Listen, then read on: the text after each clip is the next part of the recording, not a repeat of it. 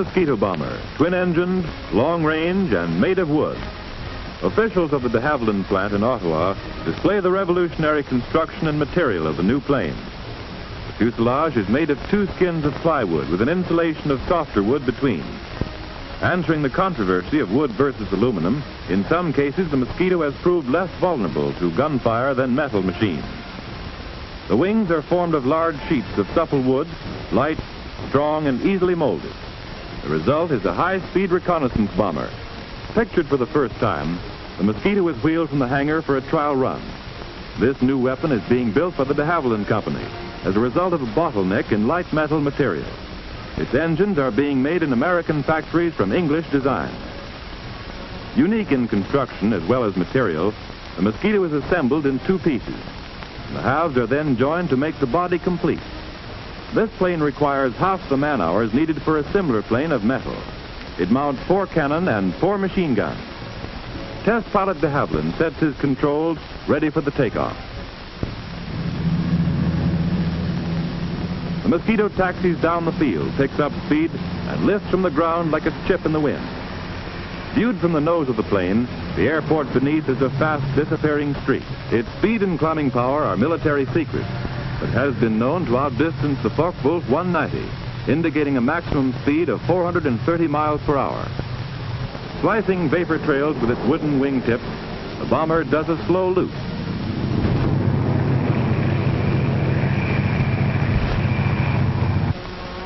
To a Luftwaffe rear gunner, its striking power is more like a timber wolf than a Mosquito.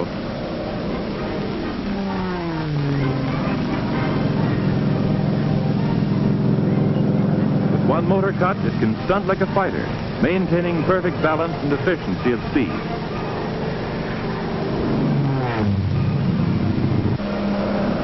In actual combat and attack, the Mosquito has upheld the excellence of its trial run. A bomber made of wood has proved its mettle.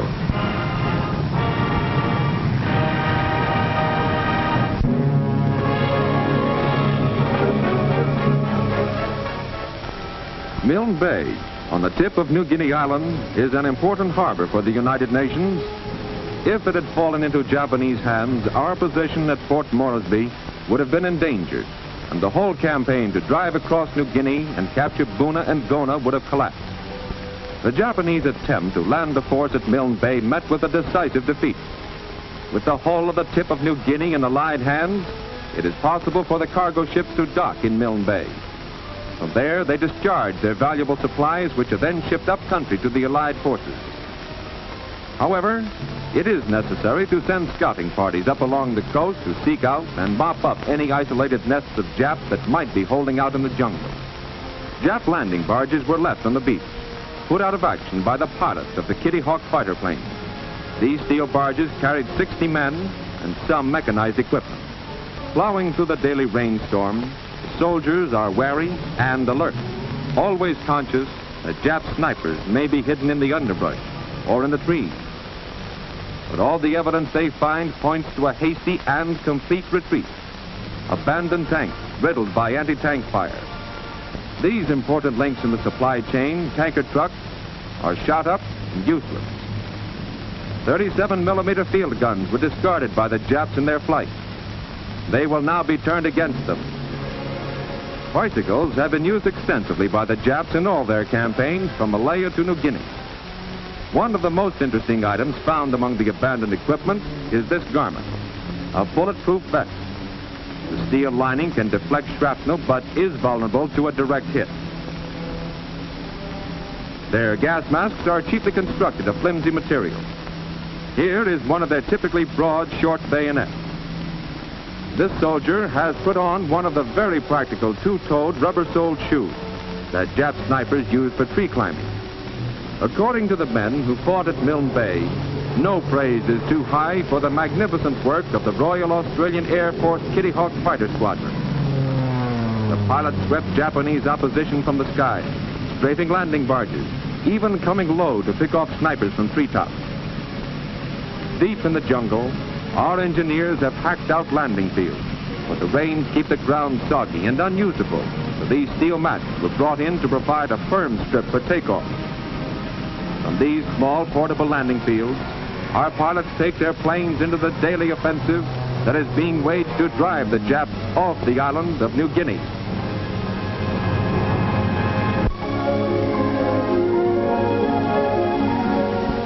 Many household appliances can no longer be purchased. Stores that once had well-stocked shelves are now empty, and some are forced to close. Kitchen utensils are now going into war production. Those that the housewife now has will have to last until the war is won. Some new parts, easy to install, are still available for home repair. And stockings, too, can now be mended at home with a simple device and a little patience. Cotton and wool also are vital war products. Instead of throwing these trousers away, expert workers take threads from the hem or seams and reweave the torn parts. Small fixer shops are opening in many communities. Here, anything from a radio to a baby's rattle is accepted for repair. This vacuum cleaner will soon be overhauled and back in service again. Fashionable department stores also are opening Save It service divisions. This electrical plant used to manufacture new goods. Unable to get many materials, it now turns to the repair of household equipment. Older, experienced workers mend all makes and all kinds of home appliances. Many schools have swung to teaching children household repairs in manual training classes. Students bring their own appliances from home. A vacuum cleaner that doesn't work. A toaster that blows fuses. But under competent guidance, these children are helping the war effort by learning to repair the household time saver. And in other schools, mothers and fathers are going back to the classroom once more, learning from competent teachers how to patch and mend. This teacher is explaining how to mend a screen with a simple patch purchased at any drugstore. Some people create a dangerous condition in their homes when they put a penny behind a blown-out fuse.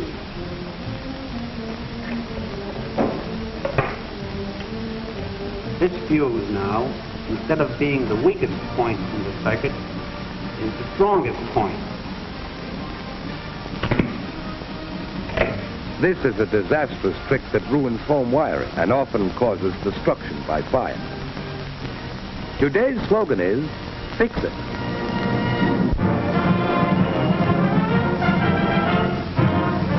Here is a record of the first American attack ever made on Italian soil in the long history of war. The date, December 4th, 1942. The target, Naples. The crew of the Daisy May goes aboard, fully prepared with maps, weather reports, and knowledge of danger spots to be encountered. More than a score of United States liberators warm up for the takeoff from a field somewhere in North Africa.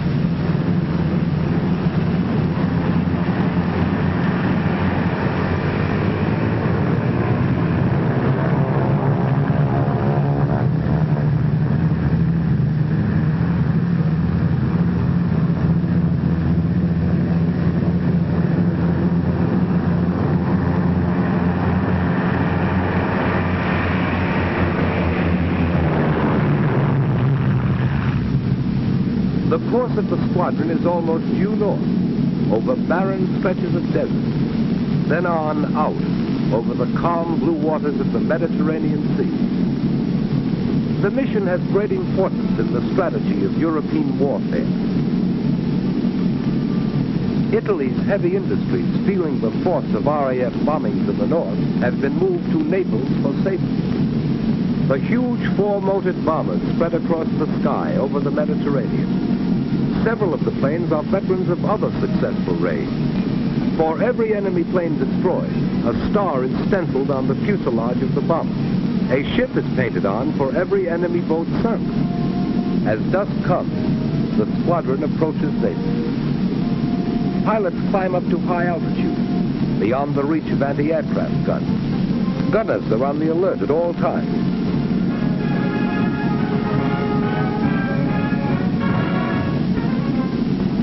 From the tremendous height, the bombing is accurate and intensive.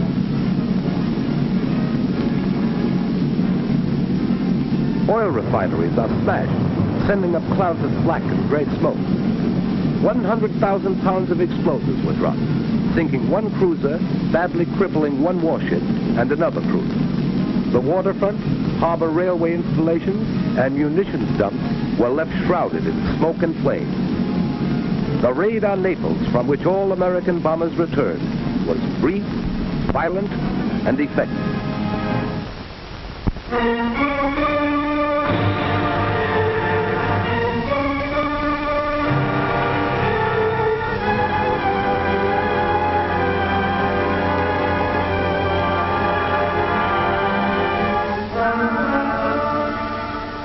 This is Arthur Hocking, plot number 2062.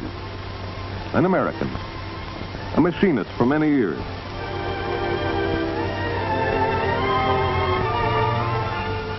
Several months ago, a telegraph boy came to Arthur Hocking's door.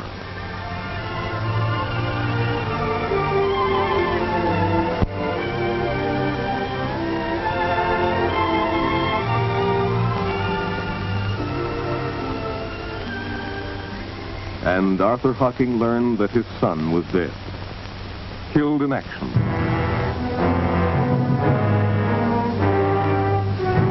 In the next few weeks, Arthur Hocking was puzzled. Many things looked very different to him now.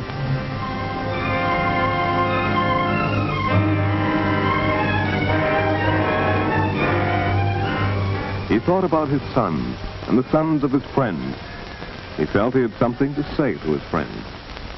And so, he wrote a letter.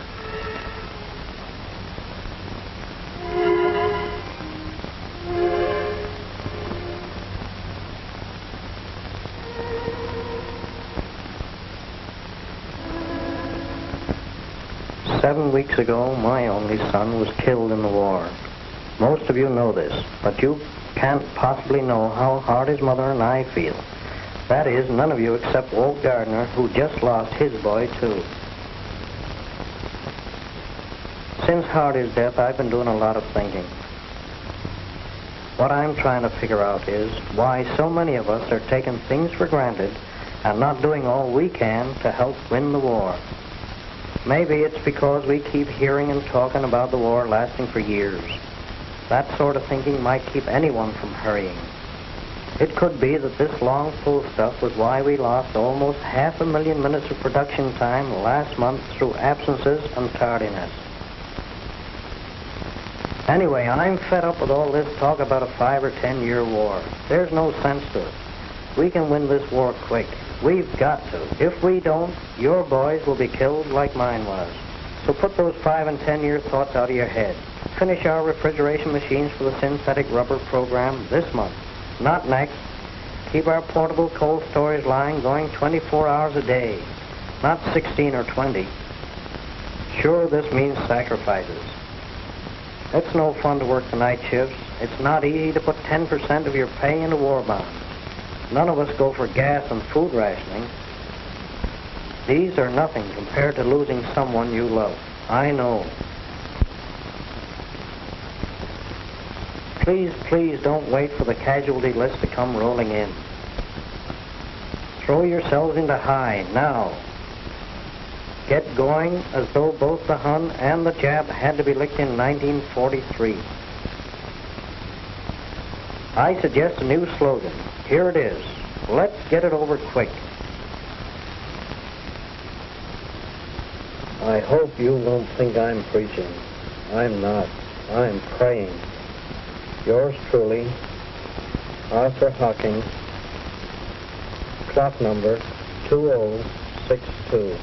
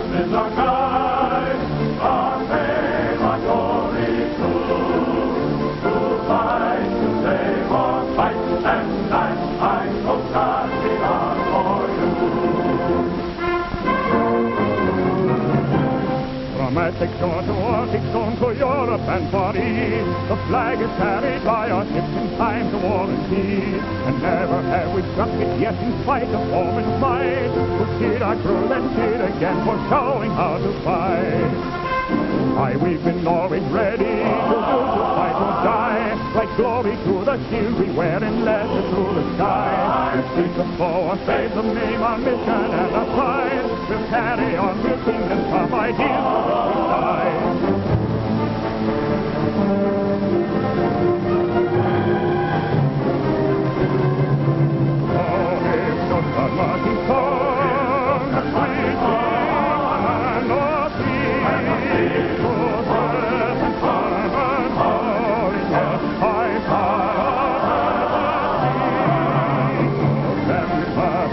Is a guide, a fame, a glory to fight, to beg for fight and life, God we are for you. From Atlantic shore to Arctic, from to Europe and Far East, the flag is carried by our ships in times of war and peace, and never have we struck it yet in spite